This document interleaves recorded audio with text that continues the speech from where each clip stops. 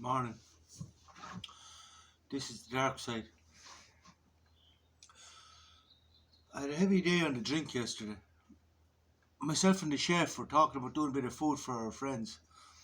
Not a restaurant now, not a restaurant. Just food for our friends. And if they want to empty their pockets on their way out, that's perfectly okay. There's no law against that. And I think we'll start first with coffee. Free coffee.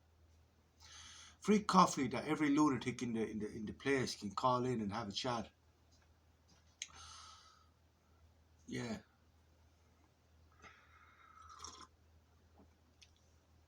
Yeah. And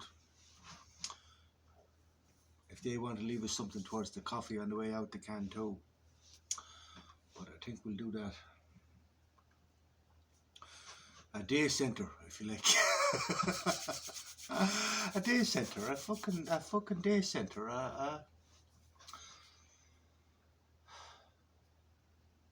Yeah, a day centre. But anyway, yeah, coffee and food for our friends. A party every day. A party every day. Yes, life is a part. Life is to be enjoyed. Life is to be enjoyed. That's the Aristotle said that happiness was the objective of life. Happiness was the objective of life. And I, like, a lot of people like say, oh, happiness is not the objective of life. You have to do this, you have to do this, you have to do this and others. But they don't understand Aristotle because the concept of happiness is wrong. You know, their concept of happiness is fleeting at best. And this is why the Greeks used the term eudaimonia.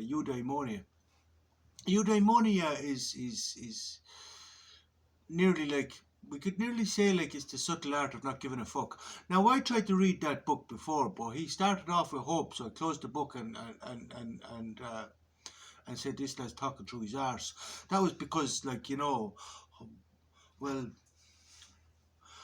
really hope is not a stoic thing, because all it is if your expectations aren't met, or you raises this thing, you're not accepting things as they are.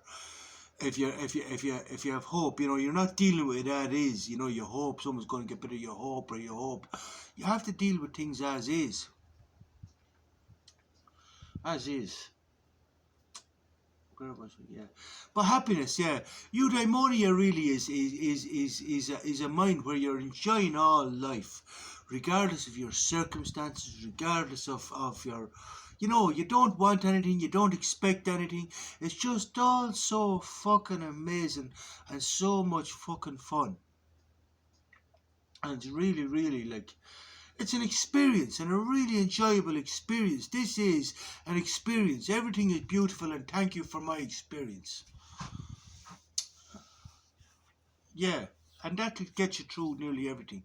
Everything is beautiful, and thank you for my experience.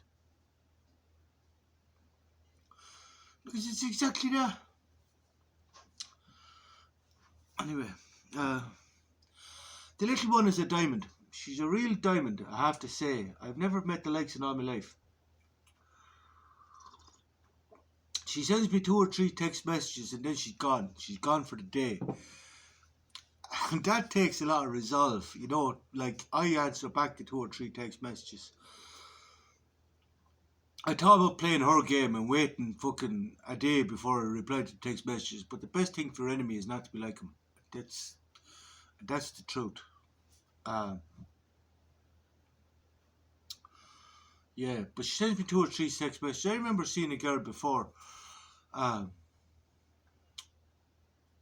I said to a friend of mine, I'm after sending her a couple of text messages, and there's no reply. And my friend said to me, no, give us a look at what you're after sending her. And I says, here. I handed him the phone.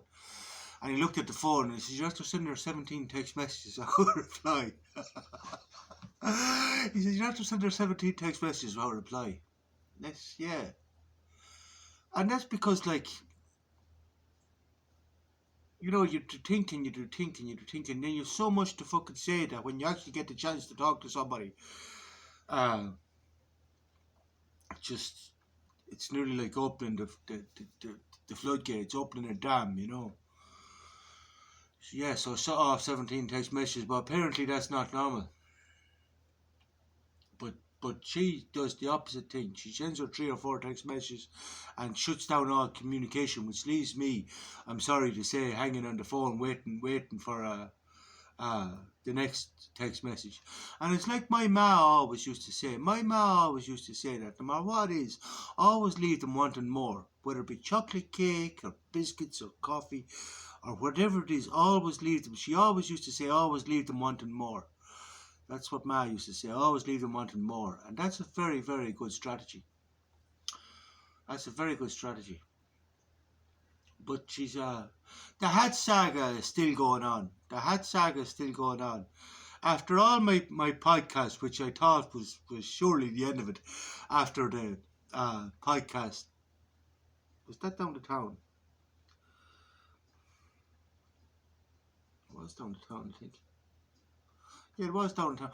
But after that podcast, I thought that was surely the end of it, because I even had physical pain after that podcast, which, like voodoo people, like I knew, like, as I said, the universe does to us what we do to others. There's no point trying to give me mental pain, but I had physical pain after that. My whole foot seems like a sort of an infection in it or something, but I'm limping around the place. But I even had physical pain after that podcast, which I only laughed at the good of it, because it was in my, I thought it was necessary, the right thing to do.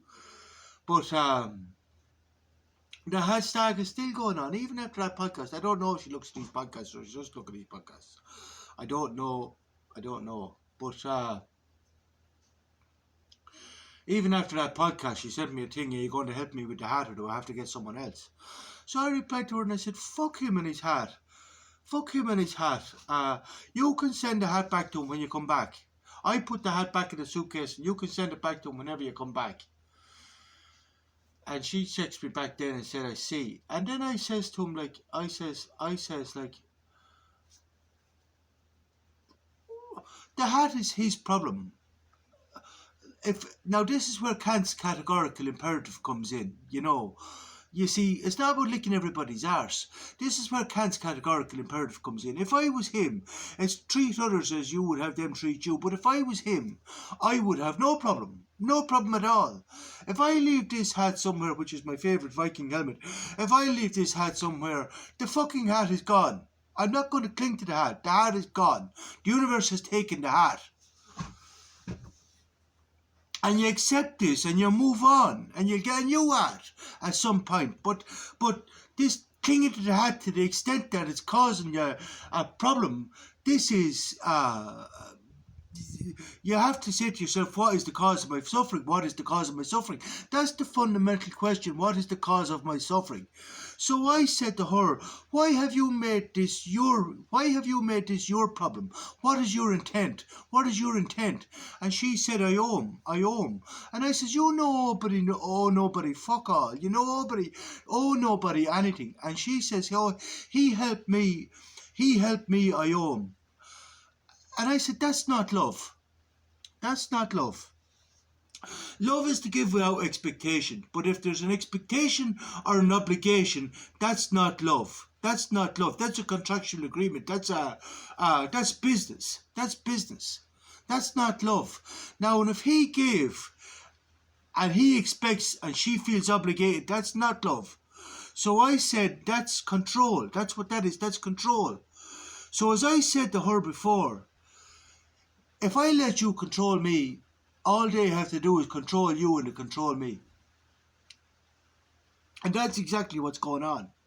Now, maybe he's not involved at all. We have to remember that. Maybe he's not involved at all. I remember that part. He could be going on about his business, not giving a fuck. But I said, you know, oh nobody, fuck all. And I said to her then, like, what use is he to you? What use is he to you? Like, is he of any use to you? Like, that you know, because like, all of a sudden he's a big friend. What use is he to you? Praise your friends in order of your use for them. Now, this is where having the whole goal in life and the whole direction in life comes in.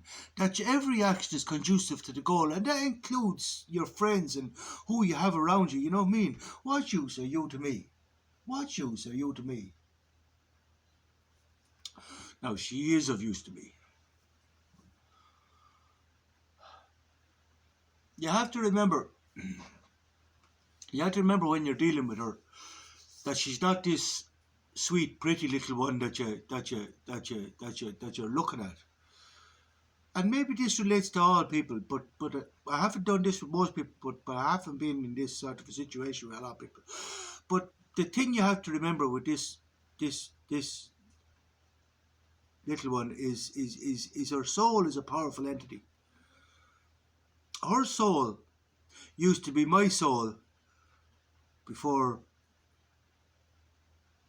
I was me, if you know what I mean. Right, so that's, if my soul is a past me, her soul was my soul before I was me. Do you understand what I'm saying to you? That's how old her soul is. So if my soul is 2,000 years old, 2,000 odd years old, her soul is back before that again, and her soul was my soul.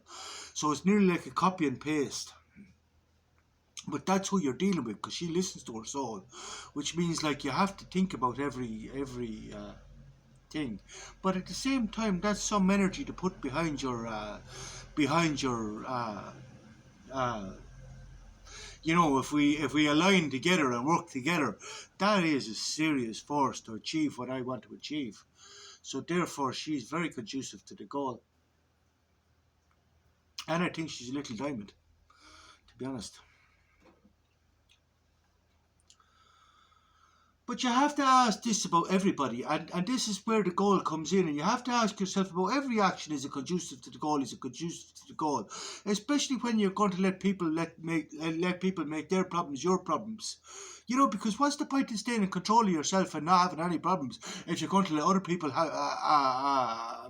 make their problems your problems? Like, if you wanted, you could contact me personally for that. And then it wouldn't be, but probably would say, well, if you're that fucking hard up, I'll send it to you.